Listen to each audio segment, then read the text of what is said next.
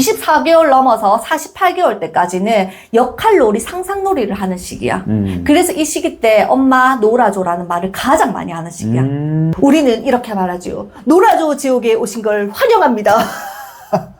이 시기 때 엄마들이 아이들이 계속 놀아줘라는 이야기에 정말 육아가 결정적으로 힘들기 시작하는 시기야. 그래서 내 영상 댓글에도 어떤 엄마가 도와달라고 이야기하시는 거야. 맞아.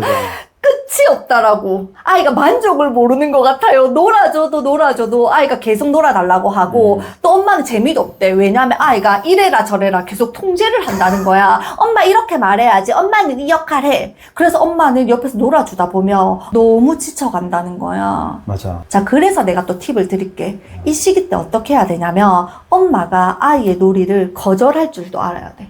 내가 예전 영상에도 하나 찍어 놓은 게 있는데 엄마가 자기 자신에 대한 이해를 해야 돼. 내가 어느 정도 놀아줄 때 한계에 부딪히더라 하는 걸 엄마 스스로 인지를 해야 돼. 나는 1시간 정도쯤은 거뜬하게 놀아주는 엄마거든. 그런데 1시간이 넘어가면 나도 힘들더라고. 그래서 나는 적정 시간을 1시간으로 정했어.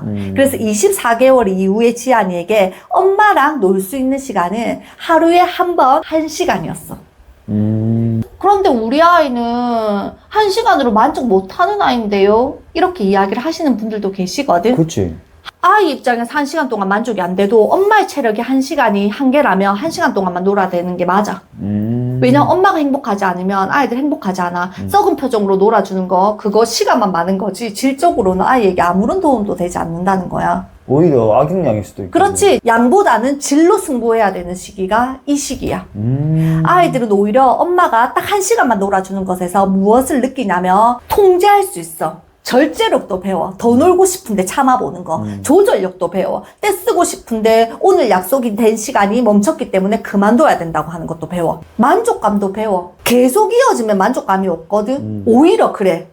아이들은 정해진 시간 안에서 오히려 만족감을 가지면서 놀아. 엄마는 사실 놀아주는 게 너무 힘든데 내 아이를 위해서 인내하면서 놀아준 엄마들이 있거든. 이 아이들이 더 잘 자랄 것 같지? 엄마가 많이 놀아줬으니까. 그런데 그렇지 않다. 엄마와 놀이 시간을 너무 오랜 시간 많이 가진 아이들의 특징이 뭐냐면 은연중에 엄마들이 아이를 맞춰가면서 놀이해주는 게 엄마 놀이의 특징이거든. 그래서 이 아이는 상대가 나를 맞춰주는 놀이에 익숙한 거야. 그래서 오히려 친구들과의 놀이에서 트러블이 많이 일어나. 왜냐하면 친구들은 나를 맞춰주지 않거든. 근데 우리 그게 맞다고 생각하잖아. 아니야. 그래서 엄마가 아이가 7시간 요구하며 7시간 다 놀아주는 것이 오히려 내 아이에게는 이타적인 행동이 아닐 수도 있다는 거야. 그리고 엄마가 거절 없이 놀아준 아이들의 특징이 친구의 거절에 유난히 상처를 크게 받아. 아이가 엄마 더 놀아줘 라고 말했는데 엄마가 오늘은 여기까지야. 엄마 지금 집안일 해야 돼. 더 이상 놀아줄 수 없어. 이런 거절들을 좀 많이 받아봐야지 아이가 단단해져. 그래서 친구에게 같이 놀자 말했을 때 나 지금 이거 해야 돼서 못 놀아라는 말에 상처받지 않는다고. 근데 엄마에게 한 번도 거절받지 않았었던 아이들이 친구가 나 지금 이거 너랑 같이 못 놀아라는 말에 완전 상처받아. 왜냐하면 거절받아 본 적이 없기 때문이야. 그래서 시간적 한계를 정해주고 놀아주시라. 난 1시간이라고 말했다. 근데 엄마들 중에서 나의 한계치는 10분이에요 하는 엄마들 있을 거야. 10분도 괜찮다. 왜냐하면 불행하게 놀아줄 바에야 10분 동안 어떻게 놀아줘야 되냐면 최선을 다해서 아주 질적으로 놀아주시는 것이 너무나 중요하다. 하루를 5시간 노는 것보다 매일 오히려 10분씩 놀아주는 게 훨씬 낫다. 아이들이 오히려 절제와 조절, 그러니까 통제를 배우는 시간이라고 이야기를 했다. 이런 거절은 얼마든지 하셔도 돼. 하지만 아이들은 알고 있지. 오늘 우리 엄마가 놀이를 멈췄지만 내일 또다시 놀아줄 거야. 그래서 그 다음날 또다시 놀아주는 거야. 1시간 동안 아니면 10분 동안. 그럼 아이들 또 사실 더 놀고 싶은데 참자. 우리 엄마 내일 또 놀아주니까. 이런 것들이 가정 내에서 훈련이 될 수 있어야 된다는 거야. 자기가 하고 싶은 대로 다 살 수 있는 거 세상 아니다. 근데 대신에 기가 막히게 재밌게 놀아줘야 돼. 10분을 시간 때운다라는 생각으로 놀아주시면 안 된다. 정말 기가 막히게 재밌게 놀아줘야 된다. 그럼 나중에 놀이 시간으로 협상도 가능하다. 우리 지안이는 지금 초등학교 4학년인데 엄마랑 놀래, 휴대폰 볼래 하면 우리 지안이 뭐 선택하나요? 엄마랑 놀겠다고 하잖아. 왜냐면 그 아이에게 엄마랑 노는 시간이 너무너무 소중하거든. 왜냐면 우리 엄마는 기가 막히게 잘 놀아주는 엄마인데 충분히 놀아주진 않기 때문에 늘 뭔가가 아이가 애달아 있어. 오늘 이거 잘하면 놀이 시간 10분만 더 늘려줘. 이렇게 나에게 협상을 걸어오기도 해. 그랬을 때는 기꺼이 이렇게 아이가 엄마와의 놀이 시간을 즐거워한다는 건 엄마와의 관계 형성에서도 굉장히 긍정적인 효과를 낼 수 있다. 이 시기 때 여자아이들이 소꿉놀이 진짜 많이 해달라고 하거든. 그래서 댓글 속에서도 이런 게 있었어. 엄마에게 이렇게 해라 저렇게 해라 계속 명령을 내린다는 거야. 그랬을 때 어떻게 해야 되나요? 라는 질문을 하셨거든. 어떻게 해야 되게? 어떻게 해야 되지? 기꺼이 그 명령에 따라 주어라. 어. 이렇게 하다가 자기 멋대로 이 나이 되면 어떻게 하나요? 오히려 그렇지 않다. 아이들은 놀이를 통해서 자신의 불안도를 굉장히 낮추거든.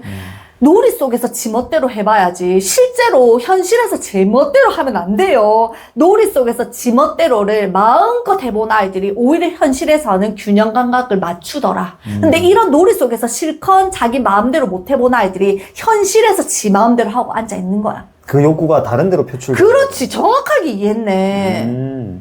오, 좋은데. 그래서 엄마들이 아이와의 역할 놀이에서 끊임없이 뭔가 사회적인 기술을 가르쳐야 된다고 생각하는 거야. 그렇지. 너 그렇게 말하면 안 되지. 너 왜 너 마음대로 하려고 하니? 이렇게 엄마가 아이에게 계속 놀이를 통해서 뭔가 가르치려고 해. 그러면 아이들은 오히려 뭘 배우는지 아니? 다른 친구들과의 놀이 속에서 친구가 어떤 말을 했었을 때 너 왜 너 마음대로 하려고 해? 이런 언어가 나온다는 거야. 그런데 이 상황에서 엄마가 유머가 섞인 재밌는 반응을 해주잖아. 그럼 오히려 아이들이 그 사회적인 기술을 배워. 엄마 내가 이렇게 말하면 이렇게 대답하고 이렇게 말하면 이렇게 하라고! 아이가 이렇게 이야기를 했을 때 엄마가 알겠습니다! 이렇게 하잖아. 반응을 이렇게 해줬어. 그러면 이 아이는 나중에 친구들과의 놀이에서도 친구들이 뭐 이렇게 하자 했었을 때 알겠습니다 하는 그 유머를 적용할 수 있는 아이로 큰다. 이런 아이들이 오히려 친구들 사이에서 인기가 높아질 수밖에 없어. 맞네. 이런 사회적인 기술을 말로 가르치지 말고 엄마가 놀이 속에서 아이에게 시범 보이면 된다. 그래서 가장 중요한 게 뭐냐면 질문 좀 하지 않으셨으면 좋겠어. 엄마들 계속 놀이 속에서 뭘 가르치고 싶은 배움적 의도가 들어가 있어서 그러면 이 블록의 균형을 맞추기 위해서는 어떻게 해야 하나요? 이걸 어떻게 만들었는지 저에게 설명할 수 있나요? 엄마가 계속 아이에게 질문을 한다는 거 드라마 보고 있는데 중간에 광고 나오는 거랑 비슷하다고 생각하시면 됩니다. 아이는 지금 놀이 속에 빠지고 싶은데 엄마가 계속 질문을 통해서 아이의 놀이를 지금 방해하고 있는 거다. 엄마는 질문하는 입은 다물어라. 아이가 질문하는 것에 기가 막히게 유머 코드를 넣어서 반응해주는 것이 엄마의 역할이다. 가르치려고 하는 언어 사용하지 말아라. 놀이 속에서 개 되어 봐야지. 현실 속에서 개 안 된다. 놀이 속에서 내 멋대로 해봐야지 현실 속에서 내 멋대로 안 해. 오히려 그래. 그러네. 놀이 속에서 엄마가 기꺼이 그 아이가 요구하는 대로 해주잖아. 내 아이는 엄마의 관대함을 배워. 그리고 그 관대함을 친구들에게 적용시킬 수 있는 아이로 큰다는 거야. 또래 관계에서 인기가 많은 아이가 될 수밖에 없어. 남자아이들 같은 경우에는 몸놀이 해줘야 돼. 예를 들어서 너는 괴물이다 하고 공격한 친구에게 선생님 저 친구가 방금 나 괴롭혔어요 라고 이야기하는 아이들은 인기가 없어. 왜냐하면 괴물인 아이는 분명히 놀이하자라고 제안을 한 건데 상대 아이가 자기를 가해자로 만들어버리는 거야. 그럼 괴물을 맡은 아이는 이렇게 생각하지. 다시는 저 친구랑 안 놀아야지. 이렇게 생각을 하게 돼서 그 친구는 외로워질 수밖에 없지. 그런데 이런 아이도 있어. 괴물인 친구가 우욱 하고 공격을 했는데 진짜로 온 힘을 다해서 그 친구의 배를 치고 어깨를 가격을 해가지고 제압을 하는 아이들이 있거든. 그러면 이 괴물인 아이가 야, 너 뭐 하는 거냐? 그러고 나서 무슨 생각하냐면 저 친구랑은 안 놀아야 되겠다. 그러면 제압한 이 친구는 나는 네가 놀자고 해가지고 진짜 물리쳐 준 건데 왜 같이 놀자? 이렇게 해. 이 아이는 어떤 아이인지 아니? 스스로 놀이를 통해서 힘의 조절을 하지 못하는 아이라는 거야. 그런데 기가 막힌 아이들이 있거든. 괴물이 응 하고 공격했을 때 내 칼을 받아라 샤샤샥 샤샤샥 하는데 손에 힘 조절을 기가 막히게 하는 아이들이 있어. 실질적으로 공격하는 액션을 취하면서도 친구가 전혀 다치지 않게 힘을 조절하는 아이들이 있다고. 이 아이들 어떻게 해서 이런 능력이 만들어질 수 있을까? 어떻게? 엄마 아빠가 이런 놀이를 해줬다는 거야. 감각은 말로 배울 수 있는 게 아니라 아빠랑 엄마가 그런 감각을 아이에게 전달을 할 때 아이가 배울 수 있거든. 아빠와의 놀이가 그래서 중요한 이유야. 아빠들이 6살 남자아이 한 명 제압 못하겠니? 그런데 아빠가 적절하게 힘을 조절해가면서 자기와 싸움 놀이를 해주는 걸 아이가 감각적으로 익히는 거야. 이렇게 몸의 감각을 익힌 아이들이 친구들과의 놀이에서도 그 감각적으로 힘을 조절하면서 논다고. 이런 아이들이 인기가 많아. 그리고 또 이런 질문이 있었어. 키즈 카페 가서 아이가 계속 엄마에게 놀아달라고 해요. 하는 아이들이 있거든. 사실 키즈 카페 가면 두 분류의 엄마들이 있어. 계속 아이에게 끌려다니면서 함께 놀아야 되는 엄마들이 있고, 아이의 놀이하는 모습을 커피를 마시면서 세상 교양 있는 모습으로 지켜볼 수 있는 엄마들이 있거든.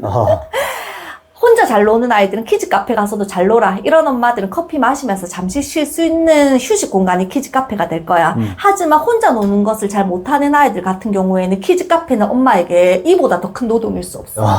그런데 왜 내 아이가 혼자 못 노냐면, 혼자 놀 수 있는 힘이 부족한 경우일 수도 있고, 두 번째는 낯선 것에 대한 경계가 뚜렷한 아이들이 키즈 카페라고 하는 그 공간 속에서 두려움을 느끼기 때문에 엄마들을 데리고 다니는 거야. 근데 우리 지안이가 두 번째 케이스였어. 그치. 키즈 카페에만 가면 우리를 잠시도 못 앉아있게 하고 어디를 가든지 우리를 데리고 다녔거든. 그래서 난 어떻게 했게? 어떻게 했지? 그래서 키즈 카페를 안 갔어. 안 가면 돼, 남편. 굳이 우리 아이를 왜 그 불안도 높은 공간에 데리고 가니? 법륜 스님이네. 그래서 편안하게 같이 놀 수 있는 사촌 형이나 누나가 있을 때는 데리고 가서 세 명이서 놀게 하고, 그때는 지안이가 나를 찾지 않았거든? 왜냐면 익숙한 형아랑 누나가 있으니까. 맞아. 친하지도 않은 애들끼리 엄마들이 친하다는 이유만으로 같이 키즈 카페 데리고 가면 지안이는 그 친구들과 어울리지 않았어. 계속 내 손을 잡아 끌던 맞아. 아이였거든. 그럼 다른 엄마들 앉아서 커피 마실 때 나는 끌려다녔어. 그래서 그 다음번부터는 키즈 카페 안 갔어. 그러면 되는 거야. 맞네. 그리고 이 시기 때 아이들이 했던 놀이를 또 하고 또 하고 또 하고 계속 반복해. 그럼 엄마들이 이제 다른 놀이 좀 하자. 너는 매번 이 놀이만 하냐. 이거 창의성이 없나? 오히려 반대야. 반복 놀이를 계속하는 아이들은 놀이를 통해서 지금 본인의 불안도를 낮추고 있다는 거야. 새로운 환경에 대한 불안도가 높은 아이들일수록 예측 가능하지 않아서 불안한 거거든. 유치원이나 어린이집 놀이 공간에서는 친구들이 어떻게 행동할지를 모르고 다음에 어떤 상황이 펼쳐질지 아이가 가늠할 수 없고 예측할 수 없기 때문에 불안한 거란 말이야. 그런데 집에서는 반복 놀이를 계속할 수 있지. 반복 놀이 한다고 하는 것은 예측 가능한 범위 안에서 놀 수 있다는 걸 의미하기도 해. 그래서 불안도가 높은 아이들일수록 반복 놀이를 즐긴다. 반복 놀이를 한다는 건 스스로 본인의 불안을 낮출 수 있는 힘을 만들어내고 있는 중이다. 그래서 내 아이가 하는 반복 놀이를 기꺼이 응원해줘야 된다. 다른 놀이를 하라고 요구하지 마시라. 가지 놀이를 실증 낸 애들은 그 아이들이 새로운 것에 대한 호기심이 굉장히 많은 아이야. 이 아이들도 장점이 많지. 새로운 도전을 잘한다고 하는 거. 그 아이들 그냥 그렇게 키우면 돼. 새로운 놀이 매번 도전시켜주시면 돼. 내 아이의 결에 맞게 키워주시면 된다는 이야기를 하는 거야. 자, 그리고 이 시기 때 아이들 심심해야 돼. 엄마들이 아이들이 심심한 꼴을 못 봐. 그래. 본인은 놀아줄 체력이 안 되는데 아이가 계속 심심해 하면 결국엔 엄마도 어떻게 하게? 핸드폰 건네주는 거야.